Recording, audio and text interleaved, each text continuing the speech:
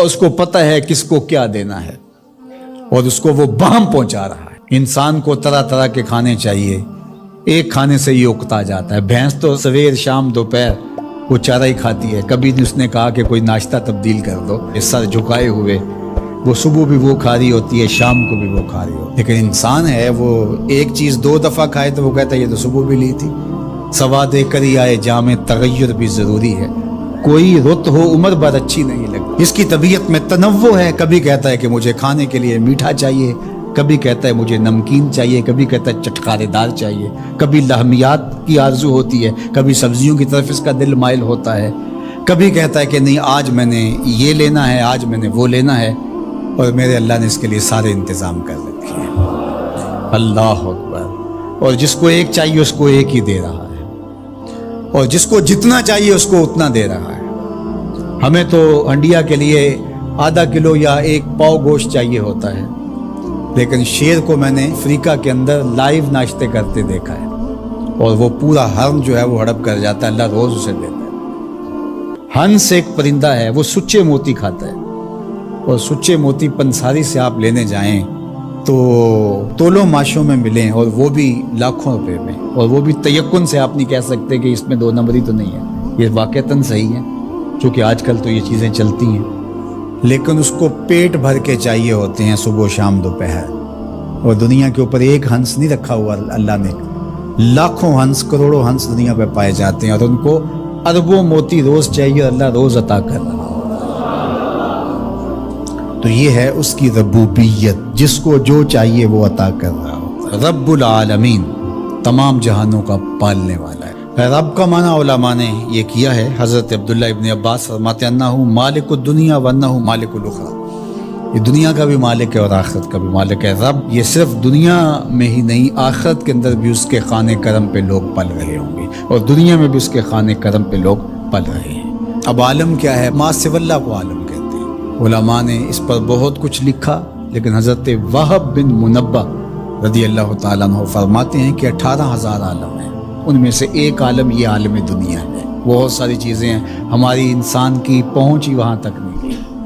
وما یعلم جنود ربک الا هو، اللہ کے لشکروں کو کون جانے؟ اللہ، وہی جانتا ہے اس نے کیا کیا پیدا کیا۔ انسانی مرغ عقل تھک کے گر جاتا ہے۔ اللہ اکبر۔ تو کہا رب العالمین، تمام جہانوں کا پالنے والا۔ اچھا، یہاں رب المسلمین نہیں کہا گیا، رب المطیعین نہیں کہا گیا، رب المتقین نہیں کہا گیا۔ صرف نیکوکاروں کا، اچھے لوگوں کا رب ہو، جو نہیں مانتے وہ ان کا بھی رب ہے، جو انکار کرتے ہیں ان کا بھی رب ہے۔ اللہ اکبر۔ یہ اس کی ربوبیت کی شان ہے کہ وہ اپنوں بیگانوں کو سب کو نواز رہا ہے۔ اور اگر آپ کی توجہ ہو تو یہاں ایک جملہ اور کہنا چاہوں گا، رب کا لفظ جو ہے وہ واحد ہے اور عالمین جمع ہے۔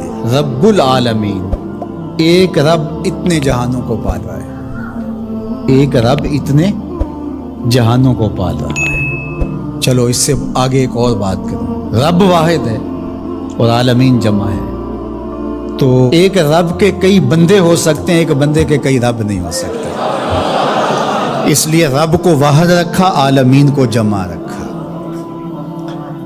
کیونکہ اگر ایک خادم جو ہے، ایک غلام 5-6 آقا رکھے تو ایک کہے پانی لے کے، اور دوسرا کہے کہ میرے حقے میں آگ بھرو، اور تیسرا کہے تو وہ کدھر جائے گا کدھر جائے گا، اور ایک آقا 100 خادموں سے بھی کام لے رہا ہے۔ تو رب کو واحد رکھا، عالمین کو جمع رکھا، اس لیے بندے کا رب ایک ہی ہو سکتا ہے، 360 نہیں ہو سکتے۔ رب ایک ہی ہوگا، اور ایک رب کے ہی بندے جو ہیں وہ ہزاروں ہیں۔ وہ تمام جہانوں کو پال رہا ہے۔ کیوں پال رہا ہے؟ کوئی ضرورت ہے اسے؟ جو بھی ہے، باپ اولاد کو پالتا ہے تو اس کے ذہن کے کسی گوشے میں ہوتا ہے یہ بڑھاپے کا سہارا بنے۔ شاگردوں کو استاد پڑھا رہا ہوتا ہے، اس کے ذہن میں ہوتا ہے کہ کل یہ میرے کاز میں میرے ساتھ کھڑے ہو جائیں گے، میرے ساتھی ہوں گے۔ ملازموں کے ساتھ ان کا باس کھڑا ہوتا ہے تو ان سے کام لینا ہوتا ہے، غرض ہوتی ہے۔ تو اللہ اتنے جہانوں کو پال رہا ہے تو کیا غرض ہے؟ الرحمن الرحیم، محض رحمان ہے نا، اسے کوئی غرض نہیں، وہ رحمان ہے اور رحیم ہے، اور یوں ہی پال رہا ہے۔ جو نہیں مانتا اسے بھی پال رہا ہے، اور جو مان رہا ہے اسے بھی پال رہا ہے۔ اللہ اکبر، وہ رحمان ہوا، وہ رحیم ہوا۔ ایسا نہیں ہوا کہ ایک بلی کو بہت زیادہ خوراک دے دی گئی اور وہ پھول پھول کے ہاتھی جتنی ہو گئی، اور ایسا کبھی نہیں ہوا کہ ایک ہاتھی کو خوراک کم ملی اور وہ چوہے جتنی رہ گئی۔ جس کی جو فطری استعداد ازلی جو اس نے خود مقرر کی ہوئی ہے، اس کے مطابق اس کی گروتھ ہوتی ہے اور اس کے مطابق اس کی تربیت کرنا ہے۔ خلاصہ ہے پورے قرآن کا سورہ الفاتحہ، جو سارے مضامین ہیں پورے قرآن میں وہ سمٹ کے سورہ فاتحہ کے اندر آ گئے ہیں۔ تو اس کا آغاز اللہ کی حمد سے ہو رہا ہے۔ الحمدللہ، تمام خوبیاں اللہ کے لیے۔ کسی کے اختیاری حسن پر، کسی کے اختیاری جمال پر جو ثنا کی جاتی ہے، ستائش کی جاتی ہے، اسے حمد کہا جاتا ہے۔ کچھ خوبیاں اختیاری نہیں ہوتی، غیر اختیاری ہوتی۔ اگر کسی کا رنگ سفید ہے، نقوش تیکھے ہیں اور اس کی آنکھیں نرگسی ہیں، اس کے دیگر اعضاء کا توازن بڑا اچھا ہے، تو یہ اس کا اپنا کمال نہیں ہے۔ ایک شخص عالم ہے، اس نے پڑھا، محنت کی، آگے بڑھا، تو یہ اس نے محنت کر کے ایک چیز حاصل کی، تو اس کا وصف بیان کرنا اور اس پر ثنا کرنا یہ غیر اختیاری حسن نہیں ہے بلکہ اختیاری ہے۔ تو کمال وہ ہوتا ہے جو چیزیں اختیاری ہوں۔ تو اللہ جل شانہ کی حمد اس لیے کی جاتی ہے کہ اس کی چیزیں، اس کا حسن غیر اختیاری نہیں ہے، وہ اس کا اختیاری ہے۔ اللہ اکبر۔ تو کسی کے اختیاری حسن پر تعریف حمد کہلاتی ہے، اور اگر وہ نعمت کے مقابلے میں ہو تو وہ حمد شکر کہلاتی ہے، اور اگر نعمت کے مقابلے میں نہ ہو تو اس کو حمد کہا جاتا ہے۔ حضرت کعب احبار رضی اللہ تعالی عنہ فرماتے ہیں کہ الحمد کی تفسیر ثناء اللہ ہے، اللہ کی ثنا، اللہ کی تعریف۔ اور حضرت ضحاک بن مزاحم نے اس کا ترجمہ کیا ہے الحمدللہ رداء الرحمن، یہ رحمان کی چادر ہے۔ جس طرح چادر زینت دیتی ہے اور وقار کی علامت ہوتی ہے، اور اہل عرب کندھے کے اوپر چادر ڈال کر کے جو ہے وہ ایک خاص ان کی حیت ہوتی ہے۔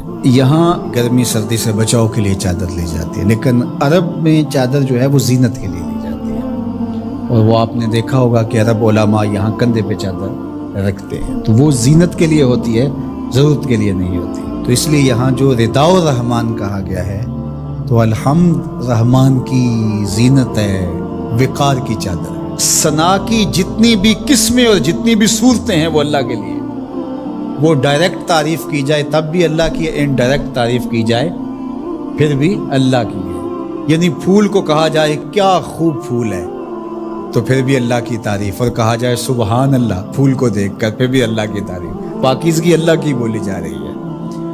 اور اگر اس کی درزوں کو، اس سے مہکتی نکلتی خوشبو کو، اس کے رنگوں کا جمال اور اس کی لطافت دیکھ کر کے کہ واہ کیا کھلا ہوا شگفتہ گلاب ہے، تو آپ گلاب کی تعریف کر رہے ہیں لیکن خالق گلاب کی تعریف کر رہے ہیں، یہ انڈائریکٹ تعریف ہے۔ تو خوبی کی جتنی بھی صورتیں ہیں، چاہے وہ ڈائریکٹ ہو، چاہے وہ انڈائریکٹ ہو، چاہے وہ قولن ہو، رویتاً ہو، فعلاً ہو، جس طرح ہو، اللہ کے لیے ہے۔